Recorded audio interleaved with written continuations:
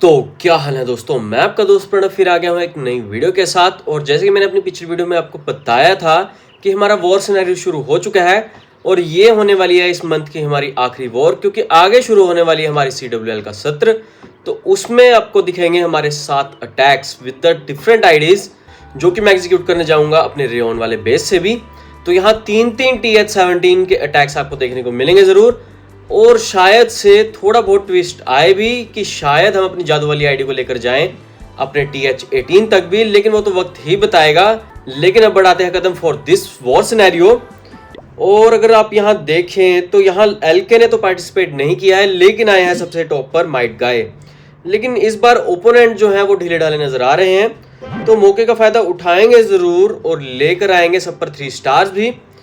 लेकिन यहाँ देखना होगा कि हमारे अटैक्स कितने पेंडिंग है, क्योंकि माइट गाय ने अपने दोनों के दोनों अटैक्स एग्जीक्यूट कर लिए हैं, लेकिन वीर शिवाजी के 2 अटैक्स पड़े हुए हैं। तो यहाँ मैं वैसे तो चारों के चारों ओपोनेंट्स को उड़ाना चाहूंगा, लेकिन फिर भी एक बैकअप अटैक के लिए, क्योंकि हमें उड़ाना है सबसे टॉप वाला नंबर। जैसे कि आप देख पा रहे हैं, लिए हैं सिर्फ 2 स्टार्स विद 91%।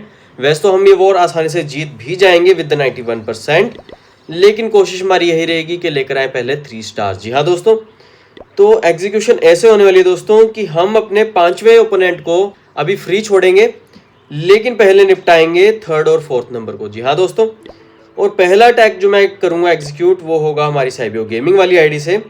तो पहले निपटाते हैं अपने TH-15 ओपोनेंट को। छुटको ओपोनेंट पहले चूज करेंगे ताकि हमारा कॉन्फिडेंस बढ़ता रहे। लेकिन दोस्तों ये बेस कुछ देखा देखा और सिमिलर नज़र आ रहा है। जी हाँ दोस्तों, मैंने अपने लेआउट वाली जो वीडियो है उसमें भी आपको दिखाया था कि हमारे पास भी बिल्कुल सिमिलर लेआउट बना हुआ है हमारे लेआउट्स में। तो यहाँ हमें टेक्निक का पता तो होगा, लेकिन हम एग्जीक्यूट करने जा रहे हैं अपने थ्रोअर्स वाली आर्मी को। तो टेक्निक तो बदलने वाली है, क्योंकि अटैक की एग्जीक्यूशन होगी दोस्तों फ्रॉम वैसे हमें अपने रॉयल चैम्प को जो है रिलीज़ करना चाहिए। डिस्ट्रैक्शन का लेवल यहाँ पड़ा हुआ है, जो कि है हमारे 2 इनविजिबिलिटी स्पेल टावर। तो यहाँ चेंजेस बहुत सारे लाए गए हैं इस डिफेंस में, लेकिन बात वही आती है कि रॉयल चैम्प को कहाँ से रिलीज़ किया जाए, क्योंकि यहाँ वाला सिंगल इन्फर्नो थोड़ी बहुत दिक्कत देगा ज़रूर। लेकिन एक बात दोस्तों कि हम यूज़ कर रहे हैं अपने थ्रोर्स की आर्मी को, तो ये जो घेराव है वो ज़्यादा मुश्किल हमें देगा नहीं। चलो एग्जीक्यूशन के दौरान ही देखते हैं। लेकिन अब चलते हैं अपनी आर्मी की ओर। और हमारी फुल आर्मी स्पेस हो चुकी है, जो कि है 340 की, क्योंकि हमारे 2 जो आर्मी कैंप थे वो अपग्रेड हो चुके हैं। तो यहाँ फुलर आर्मी जाएगी हमारी TH-17 को लेकर। लेकिन दोस्तों जो लेवल है हमारे थ्रोर्स के वो है सिर्फ लेवल 2, लेकिन हमारे सामने ओपोनेंट आया हुआ TH-15, तो उड़ाने में तो दिक्कत होने नहीं वाली है। और हमारी आर्मी फुल हो भी चुकी है। चलो चलते हैं और बढ़ाते हैं कदम फॉर द फर्स्ट ओपोनेंट। और देखना तो कुछ खास बनता नहीं, लेकिन पहले गिराते हैं अपने रॉयल चैम्प को और थोड़ा इंतज़ार करेंगे दोस्तों, क्योंकि आसपास जो है वो कुछ खास डिफेंस पड़ा नहीं हुआ है। तो टारगेट तो करना होगा डिफेंस को। तो गिराते हैं अपने एबिलिटी को, लेकिन दूसरी ओर से गिराएंगे अपने 4 थ्रोअर्स को भी विद 1 हीलर। और यहाँ से गिराता हूँ मैं अपने किंग एंड क्वीन को, ताकि वो मर्ज हो हमारी आर्मी के साथ। और यहाँ मैंने अपने लॉग लॉन्चर का यूज़ कर दिया है। बाकी की आर्मी को गिराना बिल्कुल भी मत भूलना। और यहाँ रॉयल चैम्प हमारा डाउन हो ज़रूर चुका है, लेकिन हमारे किंग एंड क्वीन जो हैं वो बचे हुए हैं। और यहाँ यूज़ करता हूँ एबिलिटी का, क्योंकि ओपोनेंट की क्वीन ने हमें थोड़ा बहुत परेशानी में डाल दिया था। लेकिन हमारे जो थ्रोअर्स हैं वो घुस चुके हैं बेस के अंदर, और साथ ही के साथ जो हमारी आर्मी है वो थोड़ी भटकती हुई नज़र आएगी ज़रूर आपको, just because of clan castle troops, लेकिन ज़्यादा भी नहीं दोस्तों। तो यहाँ यूज़ करता हूँ मैं अपने वार्डन की एबिलिटी का। और जैसे कि मैंने आपको बताया था कि ये घेरे हमारे सामने टिकने नहीं वाले ज़्यादा देर, तो ज़्यादा दिक्कत होने भी नहीं वाली है। लेकिन दोस्तों दिक्कत होने वाली है हमारी क्वीन को लेकर, जो कि डाउन हो भी चुकी है। लेकिन यहाँ एक्टिव करते हैं अपनी किंग की एबिलिटी को। और टाउन हॉल तो ख़त्म हो चुका है दोस्तों, लेकिन निपटाना होगा बाकी के डिफेंसेस को। जी हाँ दोस्तों, और यहाँ वैसे तो बहुत कुछ पड़ा हुआ है हमारे पास, तो यहाँ मैं रॉयल चैम्प को यूज़ करूँगा और क्वीन को भी। और यहाँ मैं यूज़ करूँगा सिंगल इन्फर्नो को भटकाने के लिए टोटम स्पेल का, और एक्टिव करेंगे दोबारा से अपने किंग को भी। तो अब करना है थोड़ा सा इंतज़ार, क्योंकि डिफेंस के नाम पर कुछ खास बचा नहीं हुआ है, और अगर दिक्कत भी होती है तो हमारे पास पड़ा हुआ एक और रिवाइव स्पेल भी। तो फाइनली दोस्तों हमने अपने पहले अटैक में ले लिए हैं 3 स्टार्स। ऑलमोस्ट सारे के सारे थ्रोज बचे ज़रूर हुए हैं, एक तो मैंने डिफीट होता हुआ देखा था विद सिंगल इन्फर्नो, लेकिन अपना पहला अटैक 3 स्टार कर लिया है। और बढ़ाते हैं कदम फॉर द नेक्स्ट ओपोनेंट, जो कि मैं एग्जीक्यूट करूंगा अपनी जादू वाली आईडी से, क्योंकि हमें एक बैकअप अटैक चाहिए फॉर द टॉप ओपोनेंट। और अगर टॉप ओपोनेंट क्लियर नहीं होता तो हमें वेट भी करना पड़ सकता है for the Veer Shivaji's attack, वो मैं नहीं चाहूँगा और लेकर आऊँगा 3 स्टार्स। लेकिन अब बढ़ाते हैं कदम फॉर द नेक्स्ट ओपोनेंट, जो कि है TH16 बेस। तो दोस्तों यहाँ आप देख सकते हैं एक बेहतरीन TH16 मैक्स आउट बेस को।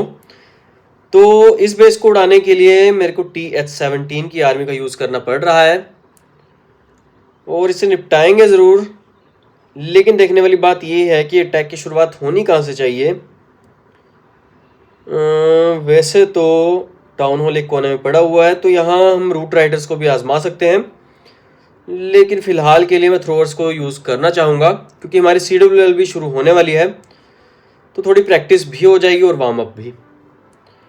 और रॉयल चैम्प को मैं रिलीज़ करना पसंद करूँगा फ्रॉम द 3 o'clock, और अपनी मेजर आर्मी को रिलीज़ करेंगे फ्रॉम द ईगल आर्टिलरी वाली साइड, जो कि है 12 o'clock की। और मुझे लगता नहीं कि कोई दिक्कत होनी भी चाहिए, लेकिन वो शुरुआत करके ही पता चलेगा। और अच्छी बात यह है दोस्तों कि हमारे पास पड़ा हुआ हमारा माइटी मॉर्सल, जो कि मिले हमारे इवेंट के ख़त्म होते ही, क्योंकि आज से हमारा नया सीज़न भी शुरू हो चुका है। तो उसके ख़त्म होने पर हमें मिले हैं रिवॉर्ड्स कुछ, तो उनका यूज़ करेंगे इन दिस वॉर। और बढ़ाते हैं कदम फॉर द सेकंड ओपोनेंट, और शुरुआत दोस्तों होने वाली है जिसकी मैंने बताया था विद द रॉयल चैम्प। थोड़ा मैं इंतज़ार करना पसंद करूँगा ज़रूर, क्योंकि बाहरला डिफेंस कुछ खास पड़ा नहीं हुआ है। और गिराते हैं अपनी एबिलिटी को, और साथ ही गिराऊंगा अपने 4 थ्रोअर्स को, जो कि फनलिंग क्रिएट करेंगे ज़रूर। लेकिन यहाँ से गिराऊंगा अपने किंग एंड क्वीन को, और बाकी की आर्मी को रिलीज़ करेंगे साथ ही के साथ।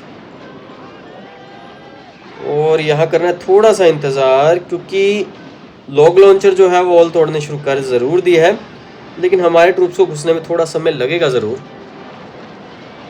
और हमारा रॉयल चैम्प डाउन हो चुका है। और अच्छी बात ये हुई है कि जो हमारी आर्मी है घुस चुकी है बेस के अंदर, और सिंगल इन्फर्नो भी डाउन हो चुका है। और अब डाइवर्ट करना है अपने डिफेंसेस को, जो कि है हमारा स्कैटर शॉट, जो कि हमारे बाहरले थ्रोअर्स को लगातार डिस्ट्रक्शन दे भी रहा है। और मैं टाउन हॉल के लिए बचाना चाहूँगा वार्डन की एबिलिटी को। और यहाँ जो है हमारे किंग ने जो है बहुत बेहतरीन काम कर दिया है, क्योंकि वॉल्स के घेराव को तो हमें तोड़ना ज़रूर था, लेकिन इंतज़ार कर रहा हूँ for the coming up of warden, क्योंकि वार्डन के आते ही मैं एबिलिटी को यूज़ करूँगा ज़रूर, just because of the town hall, क्योंकि टाउन हॉल करेगा मल्टीपल ट्रूप्स को टारगेट। और यहाँ रॉयल चैम्प को एक्टिव करता हूँ, लेकिन साथ ही साथ एक्टिव करूँगा अपने वार्डन की एबिलिटी का, लेकिन उसकी ज़रूरत नहीं पड़ी है बिल्कुल भी। लेकिन पॉइजन से हमारे ट्रूप्स जो हैं वो बच जाएंगे थोड़ी देर के लिए। और यहाँ एक्टिव करता हूँ दोबारा से अपने किंग को भी। तो दोस्तों अब करना है थोड़ा सा इंतज़ार, क्योंकि डिफेंस के नाम पर कुछ खास तो बचा नहीं। और ले लिए हमने बहुत बेहतरीन तरीके से भी 3 स्टार्स। जी हाँ दोस्तों, क्योंकि ऑलमोस्ट मुझे सारे के सारे थ्रोज नज़र आ रहे हैं। यूज़ करता हूँ अपनी क्वीन की एबिलिटी का भी। और अभी मेरे पास स्पेल्स जो हैं 3 बचे हुए हैं, रिवाइव स्पेल, एक बचा हुआ टोटम स्पेल। तो इस बार हमारी स्पेल यूजेज बहुत कम हुई है। तो फाइनली दोस्तों हमने अपने दूसरे अटैक में भी ले लिए हैं 3 स्टार्स बहुत ही आसानी से। और अब आते हैं और बढ़ाते हैं कदम फॉर द फाइनल ओपोनेंट भी, लेकिन मैं अपने क्लैन कैसल केक को भी यूज़ नहीं करना चाहूँगा, क्योंकि मुझे लगातार अटैक तो करने नहीं है फ़िलहाल। सिर्फ ये अटैक करके हम बढ़ाएंगे कदम फॉर द लोअर ओपोनेंट। जी हाँ दोस्तों, अभी 3 लोअर ओपोनेंट्स पड़े हुए हैं, तो उन्हें भी निपटाना होगा, लेकिन बढ़ाने होंगे कदम फॉर द थर्ड ओपोनेंट। तो दोस्तों यहाँ आप देख सकते हैं एक और बेहतरीन लेआउट को, और पोजीशन देखें फायर स्पिटर्स की तो पड़ी हुई है in the opposite direction of town hall, जहां से हमने अटैक को एग्जीक्यूट करना था। जी हाँ दोस्तों, तो यहाँ फायर स्पिटर्स की तरफ से थोड़ी बहुत डाइवर्जन मिलेगी ज़रूर, लेकिन टाउन हॉल एक कोने में पड़ा हुआ है और टाउन हॉल घिरा भी हुआ है बहुत सारे हीरोज से, तो थोड़ी बहुत यहाँ दिक्कत देखने को मिल भी सकती है। वैसे तो मैं यहाँ यूज़ कर सकता हूँ बड़ी आसानी से अपनी रॉयल चैम्प वॉक को, क्योंकि आसपास डिफेंस कुछ खास पड़ा नहीं हुआ है, तो एबिलिटी का यूज़ करके हम टाउन हॉल तक आसानी से पहुँच भी सकते हैं। लेकिन मैं अपने थ्रोर्स को आजमाना चाहूँगा, जैसे कि मैंने आपको पिछले अटैक में भी बताया था। वैसे ज़्यादा दिक्कत होनी नहीं चाहिए, क्योंकि वार्डन की एबिलिटी से ये जो हमारे फायर स्पिटर्स की रेंज है वो ख़त्म हो जाएगी वैसे तो। और इनलाइन पड़ा हुआ है हमारा जो मोनलिथ और वो मल्टी गियर टावर भी, तो मुझे लगता है ज़्यादा दिक्कत होनी नहीं चाहिए। लेकिन यहाँ निपटाना होगा ग्राउंड टारगेटिंग, तो यहाँ 9 o'clock से हम यूज़ करेंगे अपने रॉयल चैम्प को, और 6 o'clock से देखने को मिलेगी आपको हमारी बेहतरीन आर्मी भी। और यहाँ थोड़ा दूरी बनाए रखे छोड़ना पड़ेगा अपने थ्रोर्स को टू क्रिएट द फनल। और बाकी तो मुझे कुछ खास नज़र नहीं आ रहा है, लेकिन वो वाइल अटैकिंग ही पता चलेगा।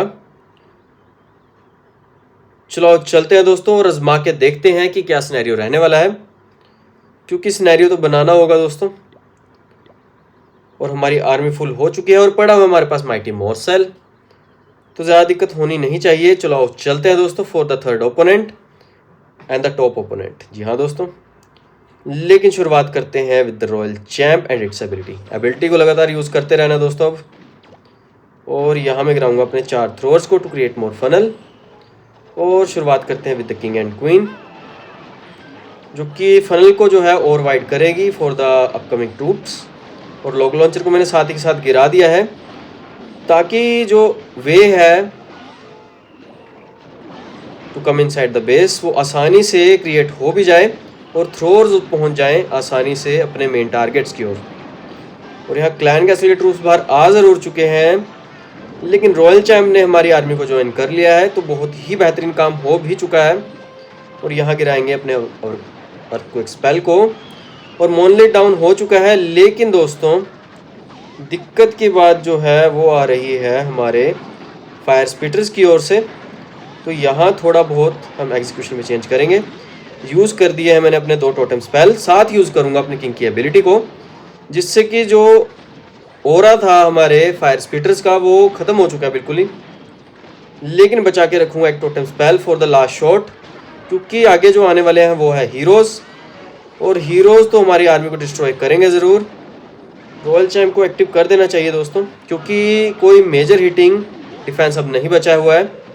लेकिन यहाँ मैं डिस्ट्रैक्ट करना पसंद करूँगा बहुत सी आर्मी को। जी हाँ दोस्तों, लेकिन हम थोड़ा जल्दी कर दिए, क्योंकि हमारा जो आइस गुलाम था वो टूट चुका था। लेकिन दिक्कत की बात नहीं है दोस्तों, क्योंकि हमारे सामने कुछ खास डिफेंस नज़र नहीं आ रहा है, और सिंगल इन्फर्नो ने जकड़ ज़रूर लिया हमारे रॉयल चैम्प को। तो विन विन तो नहीं हुआ, लूज़ लूज़ हो गया है रॉयल चैम्प के साथ। लेकिन दोबारा से एक्टिव करता हूँ अपने रॉयल चैम्प को। लेकिन अभी भी मेरे पास बचे हुए हैं 3 रिवाइव स्पेल्स, तो 3 हीरोज़ अभी ज़िंदा कर सकते हैं।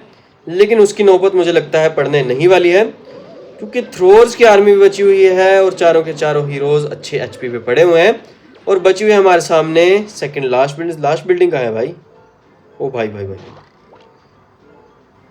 यहाँ तो मैं भूल ही गया था, नहीं तो मैं आर्चर को छोड़ ही देता। लेकिन दोस्तों आर्चर क्वीन ने काम निपटा दिया है और ले आए हैं हम on the top opponent 3 stars भी। तो यहाँ वीर शिवाजी की जरूरत नहीं पड़ने वाली है। और अब बढ़ाते हैं कदम फॉर द लोअर ओपोनेंट। जी हाँ दोस्तों, निपटाते हैं 5वें नंबर को भी, क्योंकि अब कुछ खास तो बचा नहीं है इस ओपोनेंट के लेआउट्स में। बहुत ही आसानी से जो है हमने फर्स्ट ओपोनेंट को निपटा दिया है, और 13 अटैक्स में ले लिया हमने 35 स्टार्स भी। तो इस बार हमारा जीतना तो पक्का है दोस्तों, क्योंकि इस बार के ओपोनेंट थोड़े ढीले ढाले नजर आ जरूर रहे हैं। लेकिन चलते हैं अपने नेक्स्ट ओपोनेंट की ओर और निपटाते हैं अपने इस वॉर सिनेरियो को भी। तो दोस्तों जैसे कि आप देख पा रहे हैं कि ये बेस जो है वो 5th नंबर पर इसलिए शो हो रहा है क्योंकि just because of its low defence. और मुझे तो कुछ डिफेंस TH11 10 पता नहीं क्या क्या नज़र आ रहा है यार। इतना लो ओपोनेंट हमारे सामने आ कैसे गया, क्योंकि इसे तो और नीचे शो हो जाना चाहिए था, धरती में गड़ जाना चाहिए था। लेकिन दोस्तों स्टाइल हमारा वही रहने वाला है, क्योंकि मोनलिथ तो हमें दिखाई भी नहीं दे रहा है पड़ी हुई ईगल आर्टिलरी। तो मतलब जो ओपोनेंट है वो रश बेस करना ज़रूर चाह रहा है, लेकिन आधे दिल से क्योंकि स्कैटर शॉट को मैक्स कर लिया गया है फॉर द TH16 लेवल, और बाकी का डिफेंस कुछ खास लगाया नहीं है। चलो चलते हैं दोस्तों और बढ़ाते हैं कदम for this attack. 4th attack हमारा होने ज़रूर जा रहा है, तो निपटाएंगे भी उतनी ही जल्दी। लेकिन दोस्तों अपने रॉयल चैम्प को कहाँ से रिलीज़ करूँ? फ्रॉम दिस साइड सही रहेगा, क्योंकि साथ ही के साथ निपटेगी हमारी ओपोनेंट की क्वीन भी। वैसे तो यहाँ एबिलिटी को थोड़ा लेट यूज़ कर सकते थे, लेकिन जल्दी जल्दी निपटाते हैं स्पेस को भी। और यहाँ मैंने रिलीज़ कर दिया अपने थ्रोअर्स को, और किंग एंड क्वीन को रिलीज़ करते हैं फ्रॉम दिस साइड। बाकी की आर्मी को रिलीज़ कर दिया गया है दोस्तों विद द लॉग लॉन्चर, और करना है इंतज़ार, क्योंकि सिंगल इन्फर्नो ने तो हमारी क्वीन को जकड़ ही लिया था यार। यहाँ एक्टिव करते हैं अपने टाउन हॉल को और यूज़ कर दिया क्विक स्पेल का भी, लेकिन हमारा रॉयल चैम्प डाउन हो चुका है। मुझे ज़्यादा दिक्कत होने नहीं वाली है। यूज़ करता हूँ आर्चर को फ्रॉम दिस साइड, जिससे कि थोड़े बहुत हिट पॉइंट्स तो कम होंगे ओपोनेंट के। लेकिन यहाँ यूज़ करते हैं एक टोटम स्पेल का भी फॉर द सिंगल इन्फर्नो, जो कि हमारे थ्रोअर्स को टारगेट कर ही चुका था। लेकिन साथ ही साथ यूज़ करूँगा अपने वार्डन की एबिलिटी का, क्योंकि टाउन हॉल तक हमारे ट्रूप्स पहुँच चुके हैं। और एक्टिव करते हैं अपने रॉयल चैम्प को भी। जी हाँ दोस्तों, क्योंकि टाउन हॉल के पॉइजन का एक खतरा था, वो तो निपट चुका है। और अब हमारा रॉयल चैम्प भी हमारी आर्मी के साथ धमाल मचाएगा ज़रूर, लेकिन मैं मचाना चाहूँगा धमाल विद द किंग भी, जिसने कि ऑलमोस्ट सारा का सारा डिफेंस क्लियर आउट कर दिया है। और एक्टिव कर दिया मैंने अपनी क्वीन की एबिलिटी भी। तो दोस्तों अब थोड़ा सा इंतज़ार और करिएगा, क्योंकि हम बढ़ाएंगे कदम फॉर द TH13 अटैक्स, क्योंकि मुझे जाना होगा अपनी ब्लैक माँ वाली आईडी की ओर, और वहाँ से उड़ाएंगे अपने लोअर ओपोनेंट्स को। जी हाँ, क्योंकि इस वॉर का सफा चट तो मैं अकेले ही कर दूंगा। थोड़ा बहुत तो कर ही दिया था हमारे माइट गाय ने विद द मल्टीपल आईडीज। जी हाँ दोस्तों, जो लोअर ओपोनेंट्स हैं वो उड़ाए हैं हमारे एक ही बंदे ने, जो कि हमारा माइट गाय। टॉप पर थोड़ा बहुत चूके ज़रूर, लेकिन फिर भी हमने उसको कवर अप कर भी दिया है। और यहाँ हमारे सामने बचे हैं सिर्फ 3 ओपोनेंट्स। चलो चलते हैं दोस्तों और बढ़ाते हैं कदम फॉर द 5th ओपोनेंट शायद से।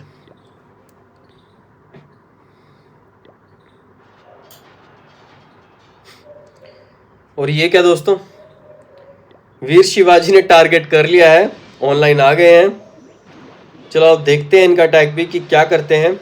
वैसे दिक्कत होने नहीं वाली, क्योंकि इस अटैक की एग्जीक्यूशन जो है वो हो रही है फ्रॉम द TH16 बेस। जी हाँ दोस्तों, 16 बेस से ये अटैक एग्जीक्यूट हो रहा है। तो रॉयल चैम्प जो है वो डैमेज आप काउंट करिएगा कि कितना ज़्यादा करने वाला है। और टाउन हॉल तो आसानी से कवर अप हो भी गया है, बाकी का काम तो ओरा ही संभाल लेगा हमारा। और यहाँ यूज़ कर दिया एबिलिटी का, लेकिन जो टाउन हॉल का आइस स्टॉपेज है उसने रोक दिया हमारे रॉयल चैम्प को। तो यहाँ थोड़ा बहुत डिस्ट्रक्शन आपको कम देखने को मिलेगी, क्योंकि इस एबिलिटी का यूज़ स्टार्टिंग में करना चाहिए था वैसे तो, ताकि डैमेज जो है हमारा रॉयल चैम्प आसानी से दूर बैठे ले ले। फिर उसके बाद हम यूज़ करते अपने इनविजिबिलिटी स्पेल्स को। लेकिन यहाँ गड़बड़ हो चुकी है कि रॉयल चैम्प हमारा डाउन हो चुका है। लेकिन दिक्कत तो होने नहीं वाली है इस बार भी, जस्ट बिकॉज कि ये आर्मी जो है वो है TH16 की, और अटैक एग्जीक्यूट हो रहे हैं TH13 बेस पर। तो अब करना है थोड़ा सा इंतज़ार, क्योंकि ये बेस तो निपट चुका है बड़ी आसानी से। और दूसरी ओर से हमारी क्वीन वॉक चालू है विद द हीलिंग हॉर्स। और किंग को कहाँ से, अच्छा किंग यहाँ से रिलीज हुआ है। फु फु फु फु फु फु। मुझे लगा था कि कहीं वीर शिवाजी से ऊपर अटैक ना करवाना पड़े,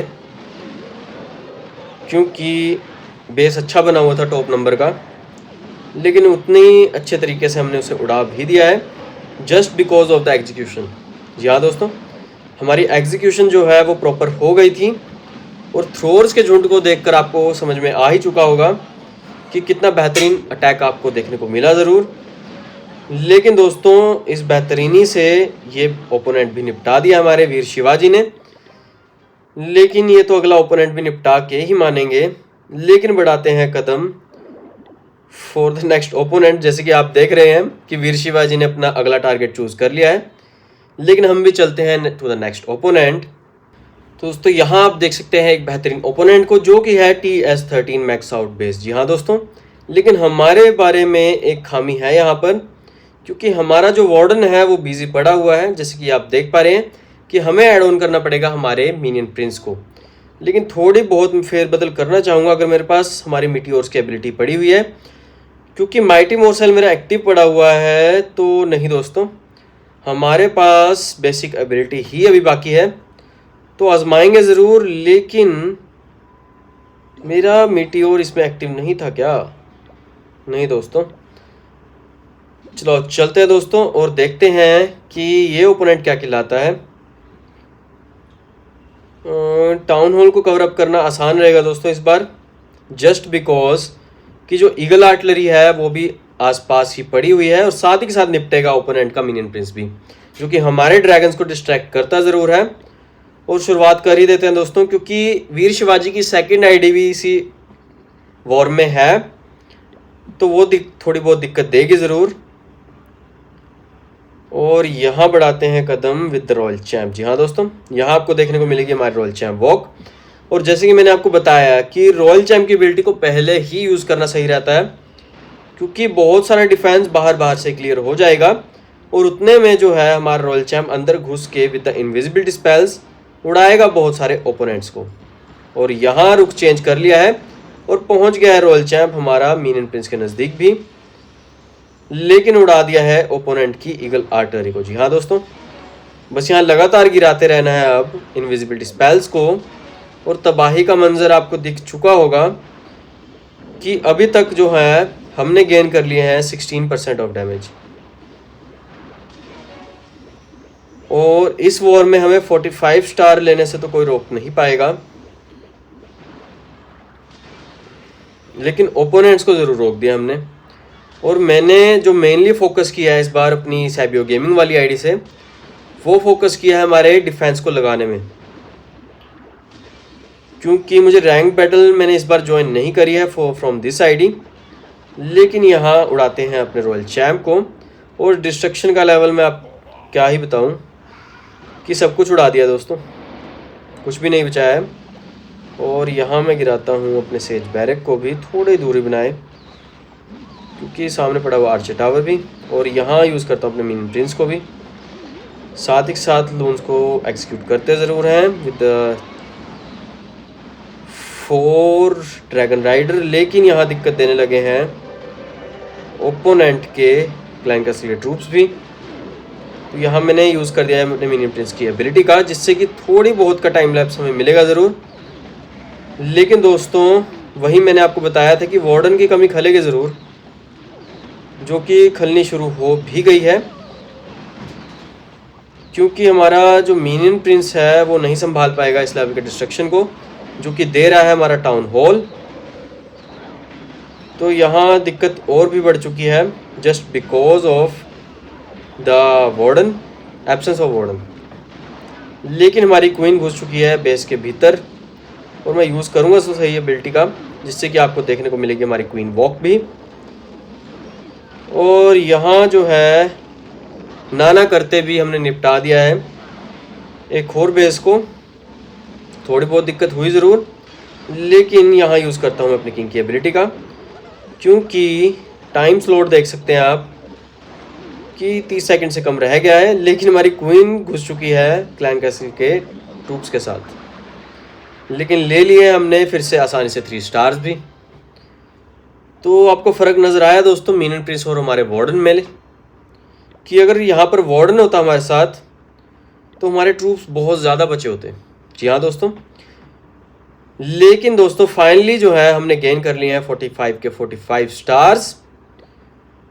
और अब कुछ दिखाने को तो बचा नहीं है दोस्तों, लेकिन एक बात है दोस्तों कि हम इस वॉर को आसानी से जीत चुके हैं क्योंकि ओपोनेंट ने जो है अटैक को एग्जीक्यूट कर लिया है और बहुत से बेसिस पर लिए हैं सिर्फ 2-2 स्टार्स। जी हाँ दोस्तों, हम तो ये वॉर जीत चुके हैं। तो आई होप कि आपको आज की दोनों क्या तीनों की तीनों स्ट्रेटेजी आपको अच्छे समझ में आई भी होंगी। तीनों मतलब कि हमारी एक वीर शिवाजी की भी थी और एक हमारी 2 स्ट्रेटेजीज, तो आपको अच्छे से समझ में आई भी होंगी कि कैसे हमें एग्जीक्यूट करना है इन द रैंक बैटल्स और वॉर सिनेरियोज। और अगली बार आपको देखने को मिलेगी हमारी CWL की वॉर। जी हाँ दोस्तों, CWL हमारी चालू हो चुकी है, तो बने रहिएगा क्योंकि आपको देखने को मिलेंगे हमारे 7x3 21 अटैक्स। जी हाँ दोस्तों, 7 दिनों में हम शो करेंगे जरूर, लेकिन उसके लिए आपको करना पड़ेगा हमारे चैनल को सब्सक्राइब। जी हाँ दोस्तों, उस लाल बटन को दबाइए जितना हो सके उतना ज्यादा। और अगर आपको आज की वीडियो में बहुत मजा आया है तो प्लीज वीडियो को लाइक करना बिल्कुल भी मत भूलिएगा क्योंकि ऐसी मजेदार वीडियोस में लगातार लाता रहूंगा। और हाँ दोस्तों, बेल आइकन को दबाना तो बिल्कुल भी भूलिएगा मत क्योंकि लगातार हमारी वीडियोस आने वाली हैं। लेकिन आज के लिए दोस्तों बस इतना ही। खेलते रहिए क्लैश ऑफ क्लैंस एंड जय हिंद दोस्तों।